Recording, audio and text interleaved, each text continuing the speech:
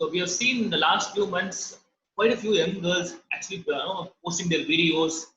Pari Sharma, a 7-year-old kid from Haryana, videos have gone viral. How do you see these things? Is it a really good sign for women's cricket going forward? I think that way the attraction that women cricketers are getting at this point, rightly, like Vijay said, for the past couple of years or past 3-4 years, to be very precise, right after the 2017 World Cup, I think the whole world, not only in India as such, even on a world platform, I think generally the viewership and the people who follow women's cricket has gone up drastically. So that way, I think it's a really good sign. I mean, when women cricketers are being followed and when they're being encouraged, I think the kind of motivation one gets to perform as a team or as an individual definitely really goes up.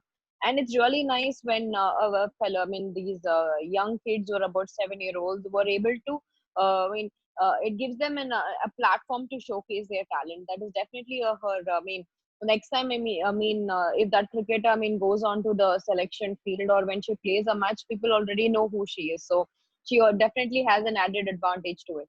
But when you look on the downside of it, I think it's really important that too much of it should not really, uh, I mean, uh, should not kill the essence of the game or the cricketer. Because what happens is when you're trying to focus on something, if I mean, to be very honest, I think Vijay may agree with me on this, because we really didn't have anything of this called a social media or an Instagram, which was happening when we were playing, when we were young.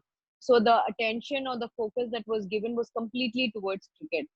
I mean, we were able to give undivided attention to the sport as such. I mean, it was only uh, involved where we tried to elevate our game. Like, imagine if I were a 7-year-old cricketer, I would be looking to play for my under 19 state, or I would be looking to play for my senior state when I make a progress. So if people are able to maintain, I mean, if cricketers are able to maintain the kind of like when you say the attention, if they're able to give for the cricketer and for their social media as such, then that's a good sign. But in case if the social media kind of imposes a kind of a distraction on the cricketers, I think we really are not making a progress on a grassroots level. Jay, what's your take on this? Do you agree with Thirush? Yeah, definitely. As she said, that's why I said earlier when I mentioned social media, I told we should use it in the right way.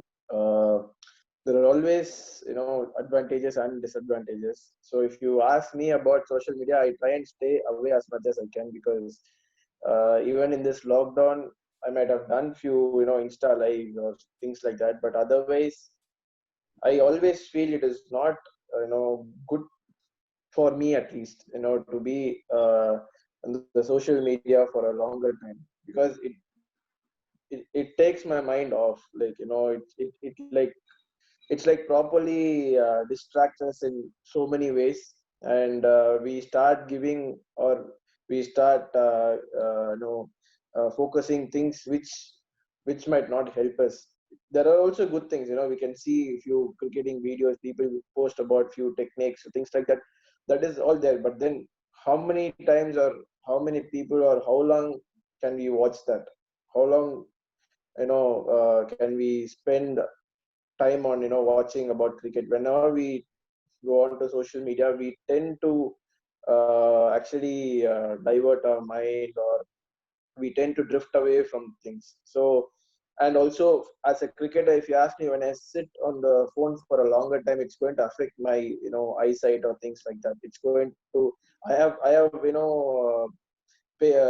faced that actually personally, when I sit in a dark room and I keep watching, a phone, and then when I want to go and practice in the afternoon, when I step onto the practice area, my eyesight will be different. Like, the way I see the ball, or the bright light, everything, things will be very different for me. So I try and stay away from social media as long as I can. And also, as she said, the essence of the game is something really important. You just have to focus on, what we have, and how to improve our skills, how to get better, things like that, because that is only going to take us forward. That is only going to help us to play the highest level, or to be at our best there. So social media is a part of our life, okay, but then we should know, where to draw the line. So Vijay, Trish, you both have represented India at World Cups. Trish, what was your observation of the following that the Indian women's team had back then and now for the last 5 years? Well, I think when you talk about all these the followers as such, like earlier I had mentioned, I think the things have really drastically gone up after the 17 World Cup, because the amount of followers have, I think, I really can say can doubled up or tripled up in a very short span of a time. Like this is what I think the whole women cricketers were waiting for. I mean, that is what, because when BCCI had taken over women's cricket in 2006, I could personally tell you like the difference that I personally felt, because the facilities that I used to get as a cricketer before 2006 and right after 2006 was completely different. Like when you talk about the infrastructure, or when you talk about the good facilities as such in terms of your coaches that you used to get. I mean, the access that one could have to the National Cricket Academy. I mean, the people, I mean, cricketers were taken care, and I mean, we could take up the sport professionally as such. I mean, that was something that happened right after 2006, the merger with the BCCI.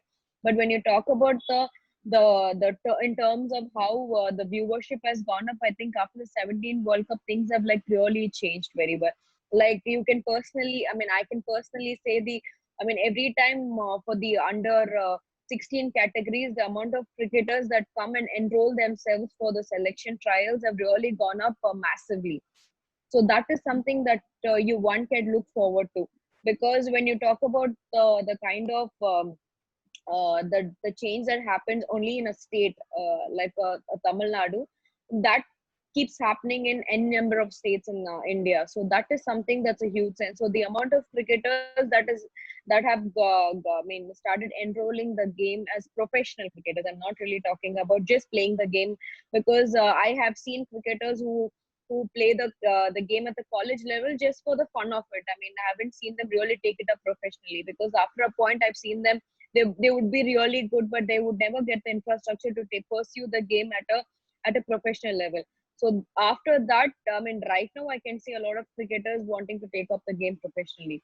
So that has happened in the last 4 years, simply because of the matches being televised also. Because once you start seeing your fellow cricketers, or when you talk about people like all these international matches being televised, I mean, that kind of really boosts the cricketers to take up, and also encourage the parents to help their kid take up the sport professionally.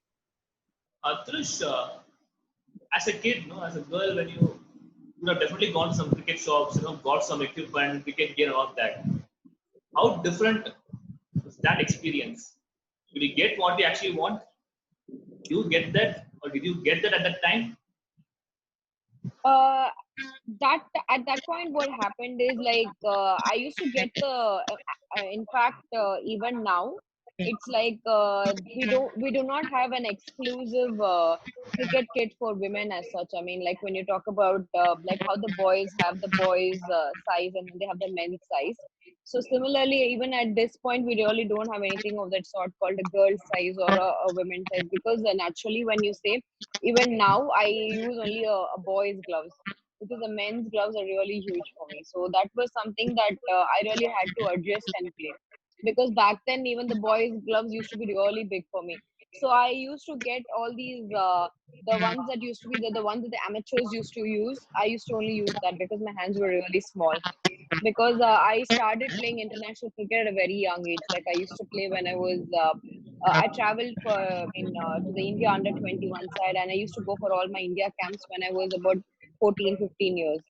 So at that point, I never used to get the required professional kit for my age. So I always used to use a size that was a size bigger to me. So that was something that I had a practical difficulty back then. I think even cricketers now would be facing that if they're really someone who's of a really short height, let's say a 5'2" or 5'3". For someone like that, the hands would be really small. Like not only hands, in terms of even your shoes, and these are the cricket gears that you're really talking about. So there are really the practical difficulties that one has to face. I mean, I even remember I never used to get my shoe size, like my spikes I never used to get. So I used to wear my double socks and triple socks. so that I can fit into those shoes. So these were the difficulties that I used to face when I was like really young. Do you think the scene has somewhat changed the last, at least in the last decade or so? Do you think that has changed at the grassroots level where girls do get their share of stuff? I think that has changed over a period of time, because I think back then I really don't think people used to get sizes. I mean, even now I feel you get sizes like a 5.5 or a 6 is something that is readily available now. So I really don't think it was it because of women's cricket as such, but I think even those days the equipments that you used to get were not really good for anybody for an international cricket as such. When you talk about the bigger platforms. But when you talk about the grassroots level, yeah, I think even in ordinary shoes were fine. But if you have to play, I mean, right now I can say even the girls, like my fellow teammates who are kind of a little short, they get spike size for like a 5.5 or a 6 is readily available. So I think the transformation has happened over a decade. Great. Vijay, what's your observation on this? No, it's actually a very, I think a very, very new thing for me because I've never heard, things like this. I really thought they had, their own stuff, but it's a very, very new thing for me. I don't know, maybe in the future, I hope, they get exclusive stuff for them because, when I see my niece growing up, she's just 5 years old now. I see her coming to my nets and hitting few balls every day. So when she gets older and if she wants to play cricket, I think that's when I think we will start knowing all these things. But it is good to know all these in advance so that we can be prepared for that and see if we can do something for that. Vijay, if you were to ask Thirush Kamini one thing about women's cricket on a journey, what would that be? Please shoot a question straight at her. Very, very difficult, but then if I had to ask her one question, how they carry themselves professionally, because I know for us it's totally different. Like we right from our training to right from having a personal coach to a personal trainer to a personal physio, everything. I think in terms of all these things, I think everything is different. And in terms of monetary, I don't know the exact difference, but then how they carry themselves professionally. I think in terms of carrying it professionally, I think that culture as such, like how women cricketers are able to take the game professionally, has only started when I had gone to. I mean, when I started playing international cricket, is only when I really understood the concept of having a personal trainer or a personal physio, or I mean, you need to really have a personal coach for you, like how the men cricketers do.